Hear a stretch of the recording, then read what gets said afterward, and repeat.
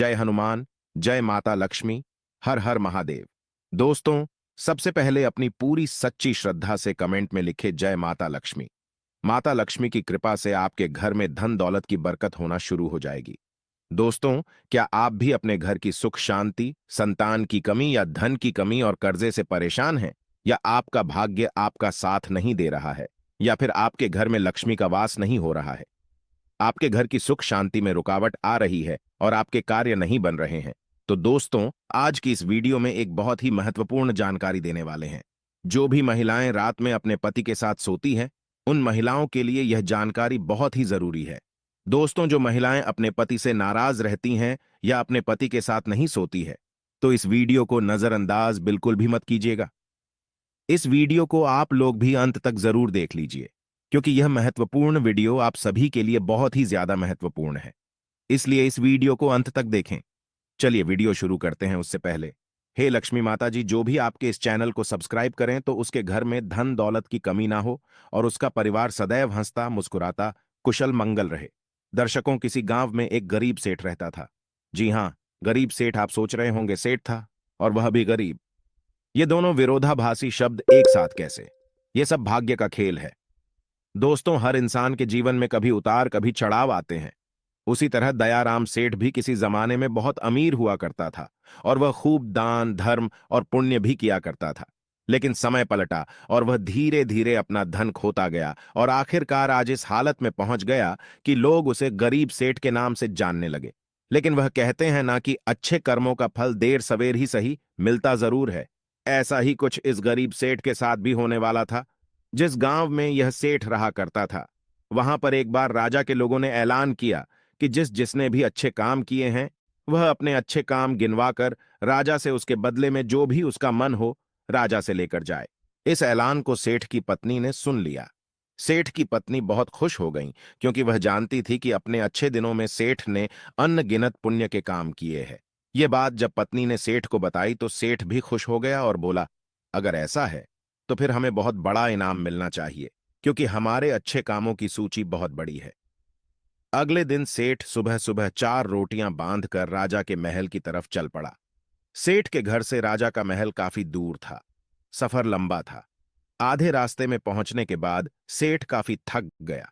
सेठ एक पेड़ की छांव के नीचे बैठकर आराम करने लगा और वहीं पर अपने साथ लाई रोटियां खाने की सोचने लगा। सेठ खाने की सोच ही रहा था कि तभी वहां पर उसके सामने एक गाय और उसके 2 बछड़े आए। सेठ के हाथों में रोटियां देखकर गाय और उसके बछड़े उसके सामने ही आकर खड़े हो गए और उनके हाव भाव से सेठ ने समझ लिया कि वह भूखी है और सेठ से खाना मांग रही है।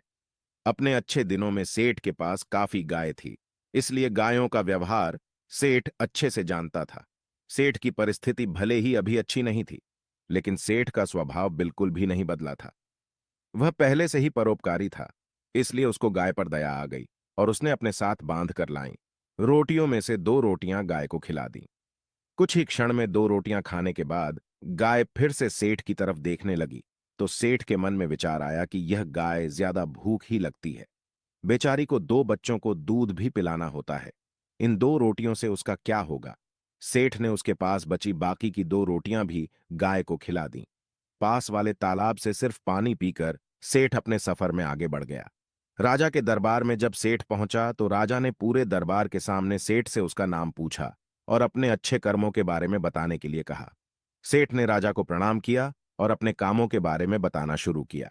सेठ ने कहा, महाराज, मैंने कई भूखों को खाना खिलाया है, कई मंदिरों में दान दिया है, कई निराश्रित लोगों को आश्रय दिया है, कई तीर्थ स्थानों की यात्रा की है, सैकड़ों साधु संतों की सेवा की है।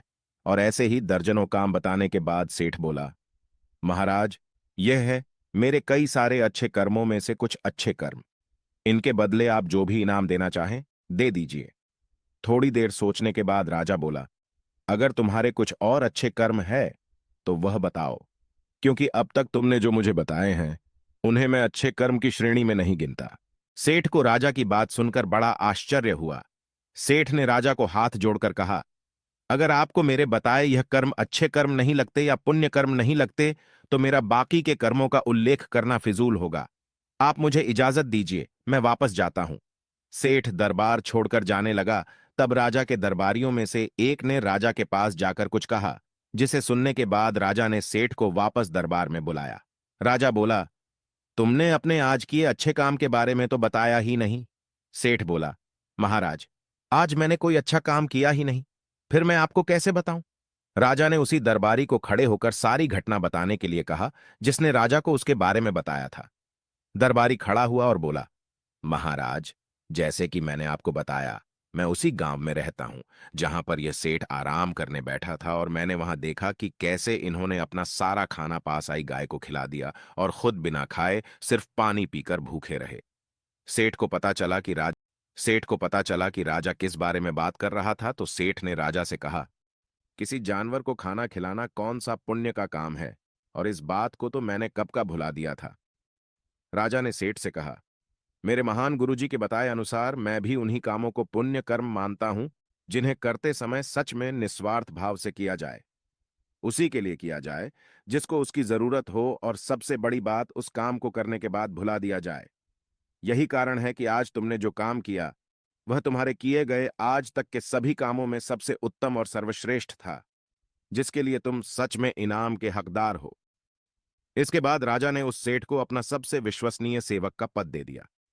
उस राजा के दरबार में बैठने का अब अवसर मिल चुका था। वह बहुत खुश हुआ। वह तुरंत जाकर के अपनी पत्नी से बताया कि भाग्यवान, आज मुझे राजा साहब ने बहुत ही बड़ा इनाम दे दिया। उन्होंने मुझे अपने यहां अपना सबसे करीबी सेवक के रूप में रखने को कहा है। यह सुनकर पत्नी खूब खुश हो गई और कहने लगी हैं, भगवान, तेरा लाख लाख शुक्र है, आज तूने मेरी सुन ही ली। अब सेठ राजा के निजी सेवक के रूप में राजा के साथ रहने लगा। राजा उस पर बहुत ज्यादा भरोसा करता था, क्योंकि उसे पता था कि सेठ बहुत ही ईमानदार आदमी है। वह कभी भी झूठ और बेईमानी नहीं करेगा। दरबार में जब भी कोई मुख्य कार्य होता तो वह कार्य राजा साहब उस सेठ को ही सौंपते, और राजा साहब का कार्य सेठ भी बड़ी ही ईमानदारी के साथ अपनी देखरेख में ही करवाता था। एक दिन राजा अपने महल में बैठा हुआ था, और वहां पर उसका निजी सेवक सेठ भी उन्हीं के साथ बैठा हुआ था। तभी अचानक वहां पर एक सिपाही आता है और राजा से कहता है कि राजा साहब, आपसे कोई साधु मिलना चाहता है। तब राजा ने आदेश दिया कि उसे सम्मानित पूर्वक हमारे पास ले आओ। सिपाही बाहर जाता है और साधु को अपने साथ सम्मान पूर्वक अंदर लेकर आता है। राजा उसे साधु को बड़े सम्मान पूर्वक अपने महल में रखता है और उसे भोजन, पानी आदि करवाता है। इससे साधु राजा साहब से बहुत खुश हो जाते हैं। उसके बाद साधु राजा साहब से कहते हैं कि हे राजन, मैं आपकी सेवा भाव को देखकर बहुत प्रसन्न हुआ, इसलिए मैं आपको एक छोटी सी सीख देना चाहता हूं, जिसे अपने जीवन में जरूर उतार लीजिएगा। उन्होंने कहा कि हर पुरुष को सदैव इस बात का याद रखना चाहिए कि हमेशा किसी भी पुरुष को अपनी पत्नी से बहुत अच्छे संबंध रखने चाहिए, और यदि कभी पति या पत्नी के बीच में कोई अनबन या कोई झगड़ा होता है तो उसे समय रहते जरूर सुलझा लेना चाहिए, क्योंकि पति पत्नी के आपसी कलह के कारण घर में गरीबी और दरिद्रता वास करने लगती है। इसलिए पति और पत्नी के बीच में स्नेह होना बहुत ही आवश्यक है। हर पुरुष को यह बात याद रखनी चाहिए कि कभी भी किसी भी पति को अपनी पत्नी से गुस्सा होकर दूर नहीं रहना चाहिए, क्योंकि इस प्रकार पत्नी के हृदय में बहुत बड़ा दुख पहुंचता है, और पत्नी घर की लक्ष्मी मानी जाती है, और यदि लक्ष्मी को ही दुख पहुंचेगा तो घर में धन दौलत की कमी आना शुरू हो जाएगी, घर में गरीबी आने लगेगी। हर पति और पत्नी को सदैव पास रहकर एक साथ ही सोना चाहिए, क्योंकि एक साथ सोने से घर में धन दौलत और बरकत बढ़ती है, क्योंकि इससे माता लक्ष्मी भी प्रसन्न होती है। जब घर की लक्ष्मी प्रसन्न रहेगी तो माता लक्ष्मी जरूर प्रसन्न रहेंगी। इतना कहकर वह साधु राजा के राजमहल से चले जाते हैं। कुछ दिन बाद एक दिन राजा का रानी से झगड़ा हो जाता है और वह दोनों अलग अलग जगह पर रहने लगते हैं, अर्थात दोनों एक दूसरे से दूर रहने लगते हैं। रानी अपने कक्ष में सोती थी, राजा अकेले अपने कक्ष में सोते थे, लेकिन रानी राजा को हर रात देखने के लिए उनके कक्ष में जरूर जाती थीं। उन्हीं के महल में एक बहरूपिया भेष बदलकर सिपाही के रूप में रहता था, जो कि दूसरे दुश्मन राज्य का खुफिया दूत था। जब उसे पता चलता है कि राजा और रानी के बीच इस समय झगड़ा चल रहा है, तो वह इसका फायदा उठाने की कोशिश करता है और राजा को मारकर सारा राज्य हड़पने की कोशिश करता है। एक रात वह अपने कुछ साथियों के साथ राजा को मारने के लिए उसके कक्ष में जाने को तैयार होता है, क्योंकि राजा अपने कक्ष में अकेला सोया हुआ था। उनके साथ उनकी रानी साहिबा भी नहीं थी। वह खुफिया दुश्मन दूत राजा साहब के कमरे में घुसा, और तभी उधर से रानी राजा को रात में देखने के लिए उनके कमरे की ओर आ रही थी। जैसे ही उन्होंने देखा कि कोई उन्हें मारने के लिए उनके कमरे में जा रहा है, तभी रानी ने पीछे से कुछ सिपाहियों को भेजकर उसे पकड़वा लेती है। सुबह जब राजा को यह सब कारनामा पता चलता है, तब वह रानी का लाख लाख धन्यवाद देता है और उसे उस साधु की बात याद आती है कि उसने कहा था, सदैव पति पत्नी को आपस में मिलजुल कर एक साथ रहना चाहिए, क्योंकि इससे घर में धन दौलत की बरकत होती है और सभी का भाग्य अच्छा बना रहता है। यदि सही वक्त पर रानी उसको अगर ना पकड़ पाती तो शायद मेरा धन दौलत और प्राण सब कुछ दूर हो जाता। सच ही कहा जाता है कि घर की महिला स्वयं लक्ष्मी होती है और लक्ष्मी को हमेशा खुश रखना चाहिए।